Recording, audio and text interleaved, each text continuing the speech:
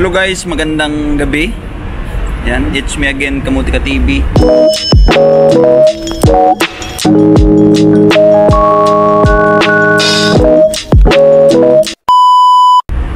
At kung bago ka lang sa YouTube channel ko, huwag kalimutan i-subscribe. At sa mga nag-subscribe na guys, thank you so much. At sa mga mag-subscribe pa lang, thank you in advance.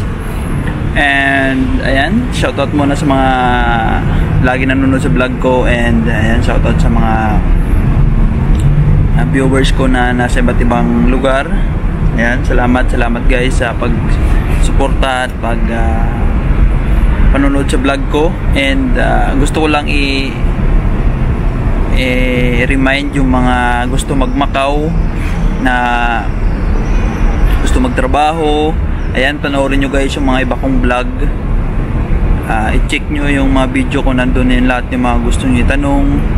Yung mga agency, meron na rin ako mga upload dyan guys. I-check nyo, tingnan yung mga video ko sa channel ko, sa Kamutika TV. Ayan, marami kayong matutunan dito sa Macau. And lahat in-upload ko na mga agency dito sa Macau. And yung mga paano mag-apply, yan, ang diskarte, paggawa ng resume, andyan yan lang guys, mga paano maghanap ng bahay dito sa Macau. Ayan, dyan na lahat yan guys, tingnan nyo.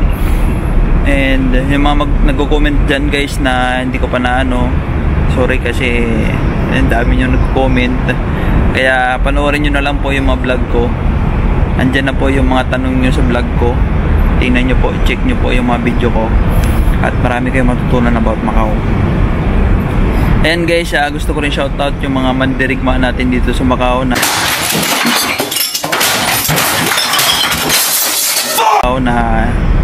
di nawawalan ng pag-asa.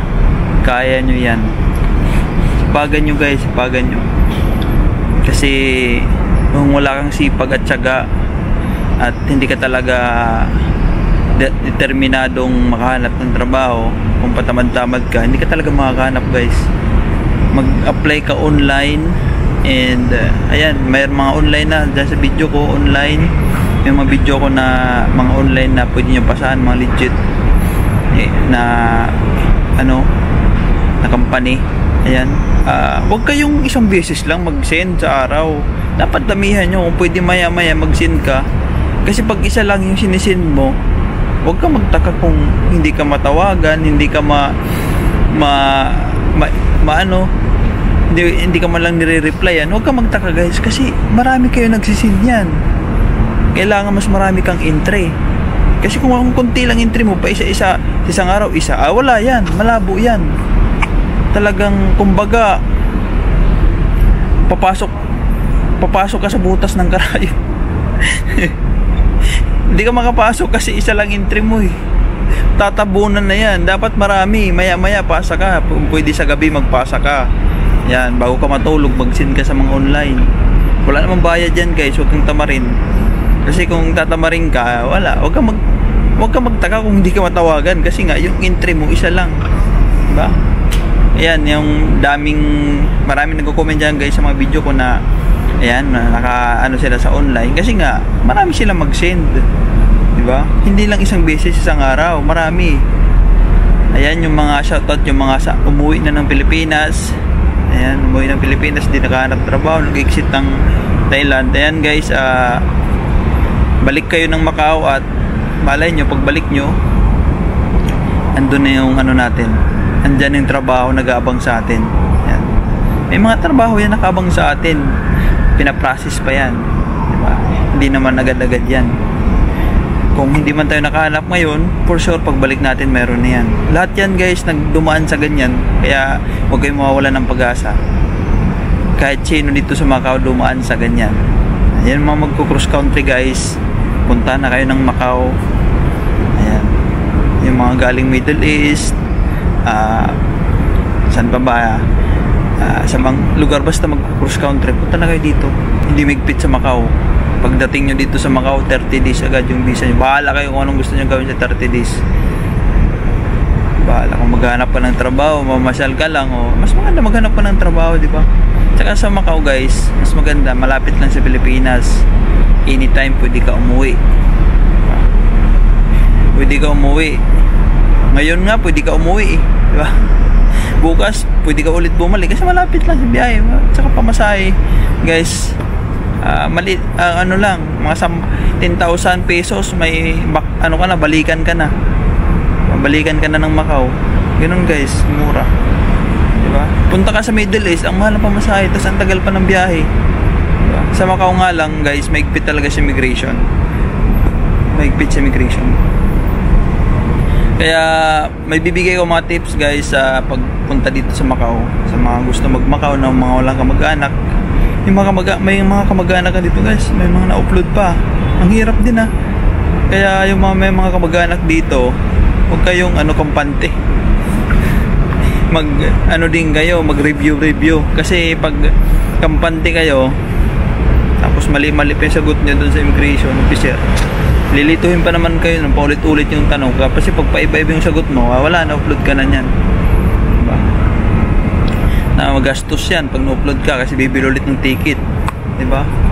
Kaya guys, tips ko lang sa mga pupunta dito ng Macau na walang mga kamag-anak is, ayan, sample, may anak kayo, tapos sakto nyo guys na pupunta dito ng, huwag kayong magdiretso dito sa sa Macau, mga wala kamag-anak. Mas maganda, mas madali yung wala nang tanong sa Hong Kong. Example, pag mag-asawa kayo, pwede diretso kayo ng Macau. Example, mag-asawa kayo, tapos may anak kayong isa. Ayan, saktuhin nyo na may okasyon. Example, anniversary nyo. Sama nyo yung anak nyo. Kasi pag dalawa kayo guys, may harapan kayo, kailangan may bata. Pag may bata guys, wala nang tanong-tanong yan, duro diretso na yan. Tatanungin lang kayo kung ilang days kayo sa Macau, gano'n. Ilang days. Tapos yung dala nyong gamit guys, wag naman yung marami. Nahalata kayo nyan. Dapat mga 4. Yung bag lang, backpack lang. Kasi 3 days lang kayo, gano'n, 3 days. 3 days lang kayo. Backpack lang, maliit lang. Tapos yung anak nyo, maliit lang din yung bag. Basta backpack lang kayong 3. Tapos pag tinanong kayo, punta kami ng Macau, masyal kami doon. And doon namin celebrate yung anniversary namin, ganun, birthday, ganyan. Mabilis yan pag may bata guys, immigration, walang masyadong tanong yan kasi nakita nila may bata hindi naman pwede upload yung isa dyan kasi magkasama kayo, isang pamilya kayo, tapos upload nyo yung isa. Paano yun? Talagang magagali ka talaga doon, di ba? Magwawala ka sa immigration kasi nga paano si-celebrate yung anniversary, 2 lang, di ba? Tapos yung isa naiwan. Kaya guys, mas maganda may bata. Tapos pagdating nyo dito sa Macau, mas maganda guys, kuha kayo ng ticket na balikan. Mas mura pag balikan na yung kunin yung ticket. Mas mahal pag yung ticket nyo na kinuha, yung papunta lang ng Macau. Tapos dami ticket yung pabalik. Kunin nyo na yung balikan kasi mas mura. O siyempre, yung ticket, iano mo na sabay-sabay na kayong 3. Kunwari lang, pero kung sino mag-a-apply sa inyo, yun maiiwan. Baling uuwi na lang, yung sample, yung lalaki mag-apply dito, yung lalaki na lang maiiwan, tapos yung mag-ina, yun yung uuwi. O diba? Ligtas na, pwede ka na mag-apply. Pag may kasamang bata guys, madali lang pupunta ng Macau. Kung lalaki ka naman, ikaw lang mag-isa, o sample, may trabaho ka sa Pinas, magawa ka ng leave form. Yan, leave form. Huwag ka didiretso ng Macau, mahalata ka. Mas maganda mag-Hong Kong ka. Kasi sa Hong Kong guys, hindi pinag-iisipan na maghanap ng trabaho pag lalaki. Kasi yung lalaki doon guys sa Hong Kong is hindi ka pwede mag-apply sa Hong Kong lalaki. Doon sa Pilipinas talagang applyan para sa Hong Kong na trabaho. Pero wala talaga, hindi ka pwede mag-apply sa Hong Kong pag lalaki ka. Kaya yung immigration kampante pag papuntang Hong Kong, siyempre taon mo na birthday mo, ganoon, taon mo na birthday mo, sabi mo doon ako magsiselebrate sa Hong Kong. 3 days lang. Yan. 3 days ka lang sa Hong Kong. Tapos yung leave form mo, yun ipakita mo sa sa immigration. Ito boss, naka-leave lang po ako. Mag-ano ako sa Hong Kong. Hanapan kanya ng ano hanapan kanya ng show money. Yan, kung may kamag-anak ka na may pera, hiramin mo muna, ilagay sa account mo, tapos anuin mo rin, pa-withdraw mo rin pagdating mo ng Hong Kong. Ayan, pagdating mo ng Hong Kong, nakaligtas ka na doon, kasi yun lang titingnan titingnan nila yung bank account mo, tapos kung ano ka ba, kung kaya mo ba mag-tourist doon, titingnan kung may pera ka. Yan, tapos yung plane ticket mo, dapat yung dala mo din backpack lang, huwag ka magdadala ng malita, mahalata ka nyan. Tapos 3 days lang yung backpack mo, tapos ayan, yung leave form mo ipakita mo na 3 days lang. Tapos kung pwede ka mag-book ng ticket sa Hong Kong, mag-book ng hotel, try mo guys mag-book, mura lang naman, nag-book ng hotel doon. Pwede pag-book, mag-ano ka ng dami account, dami booking, pwede naman yun, kasi di naman sinicheck yan sa basta makita lang na may booking sa hotel, mag-ano ka ng dami booking ng hotel, pagawa ka. Ayan, sa Hong Kong para mas mabilis, diba? Pag naka-ano ka na ng Hong Kong, nakarating ka na doon, ayan, sakay ka na ng bus pa Macau. Ayan, pagdating, kasi 14 days lang yung binibigay na sa immigration sa Hong Kong, 14 days ka. Pagdating, maglapag mo ng Macau, ng Hong Kong, mga hapon siguro, pwede ka na magbiyahe pa Macau. Maggala-gala ka muna sa Hong Kong, siyempre andun ka na maggala-gala ka doon, tapos sakay ka na ng bus Macau. Ayan, 30 days agad ibibigay sa'yo dito. Tsaka guys, yung mga walang kamag-anak dito, maghahanap ng bahay dyan sa Baikubo, mayroon dyan Baikubo Macau, search mo Baikubo Macau Roam, bid space. Ayan, kung mag bid space ka na lang kung mag-isa ka lang. Yung mga cross country naman, magpo-cross country, diretso na kayo dito sa Macau. Wala nang 30 days bibigay sa inyo, matik yan. Bahala ka na kung anong gawin mo sa 30 days yung mga mag-cross country. Pero yung mga galing Pinas, yan yung pinakamahirap, yung sa immigration guys. Yung pinakamahirap, yan yung natin dyan, kalaban, immigration sa Pinas, maigpit. Lalo na pag alam nila pa Macau, ay dami na upload dyan pa Macau. Pero pag pa Hong Kong, bira lang. Pag may bata guys, pwede na. Kaya isama mo yung lola mo, birthday ng lola mo, punta kayo ng Macau, pwede. Di ba? Tapos pag ng lola mo, lusot yan pag mga senior citizen. Isama mo, gamitin mo yung lola mo. Sabi yung lola, lang naman to hiramin muna kita, alis tayo, punta tayong Macau, pambasyal tayo. Tapos yan, lusot yan pag mga senior citizen kasama. Di ka naman pwede upload yan kasi yung matanda, sino mag-ano yan, di ba? Taon mo lang na birthday, yan, may mga okasyon para hindi halata. Kasi pag walang okasyon, mahalata ka nyan. Ganun. Yung guys, yung mga mag-i-exit, magpupunta ng Macau, gawa kayo naman talaga ng mga tibayan. Dapat mga dala nyo talaga, backpack lang, ganun. Na may mga alas kayo, mag-suot kayo. Tapos yung mga bank statement nyo is manghiram muna kayo ng pera dyan. Tapos pakita lang sa nyo, papakita lang naman yan sa immigration na may pera kayo. Kahit yung totoo wala naman. Mura lang naman dito guys pagdating nyo ng Macau.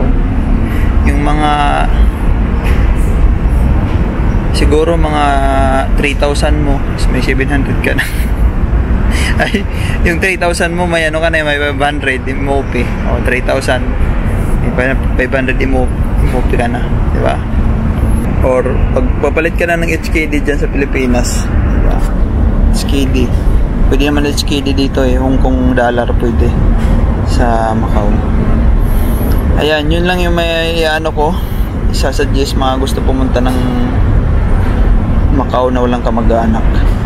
Ayan, dapat may katibayan na magbabakasyon lang kayo gawa kayo ng, kung nasa company kayo, gawa kayo ng leave form na bakasyon ka lang, gusto mo lang mag-unwind sa Hong Kong. Hong Kong dapat pag mag-isa ka lang. Pero pag may mga bata, matanda, diretso na kayo dito sa sa Macau. Tapos yung kasama mong senior, yun na lang, mag-isa lang siyang uuwi. Yan. Pag may bata naman, mag-ina kayo pupunta dito ng Macau, bale sila na lang uuwi, ikaw maiiwan, di ba? Mas maganda, mas madali yun guys. Kasi kung hindi mo sasama, mag-isa ka lang pa Macau, wala, upload ka niyan. Kailangan may bata talaga. Wala nang invitation. Kung example, asawa mo nasa Pinas, pag kasama yung anak mo, huwag ka na mag-ano ng invitation. Kasi kung nandito ka nasa Macau tatrabaho, huwag ka na mag-ano ng invitation. Kasi mahal ang invitation guys, 210 MOP dito sa Macau. Kaya huwag na kayo mag-ano nandito sa Macau na mga trabaho na. Kung may bata, matik na yun, wala na invitation, okay lang. Diba? Hindi naman pwede upload yung nanay, tapos yung mga bata lang yung ano yun. Alam ba ng bata pa Macau? Kalokohan yun. Kalokohan yun ng mga taga-immigration, diba? Yun lang guys yung mga tips ko. Sa mga magmamakaw, mga cross country, panoorin yung mga vlog ko guys para may idea kayo ng Macau. Sa Macau, kung na kayo mag-isip ng ano bang gagawin ko sa Macau pagdating ko, ano bang mga requirements guys, nasa vlog ko na po. Panoorin yung vlog ko, andyan ang lahat para sa inyo, para hindi na kayo maligaw dito sa Macau, hindi na kayo maghanap ng trabaho. Ayun lang naman in-upload ko dyan sa mga vlog ko dito sa vlog ko, na yung mga about sa maghanap ng trabaho, mga diskarte, mga bawal dito gawin, diba? Yun, panoorin nyo guys para may idea kayo dito sa Macau. Mga scammer, anong mga tactics nila para hindi ka rin ma-scam. Yun, lahat na inano ko yan, binigay para sana panoorin nyo guys yung mga vlog ko para sa inyo yun, para sa inyo, para maging alerto kayo. At yan, lagi kong sinasabi na huwag mawalan ng pag-asa. Kaya nyo yan, kaya nyo yan guys, lahat kaya. Ang daming ganyan dati na ngayon may trabaho na, kaya nyo yan, kayo pa kaya nyo yan. Sila nga nakaya, ikaw pa. Yun lang guys, and sana may natutunan kayo sa vlog ko na to. And thanks so much guys, and I love you all.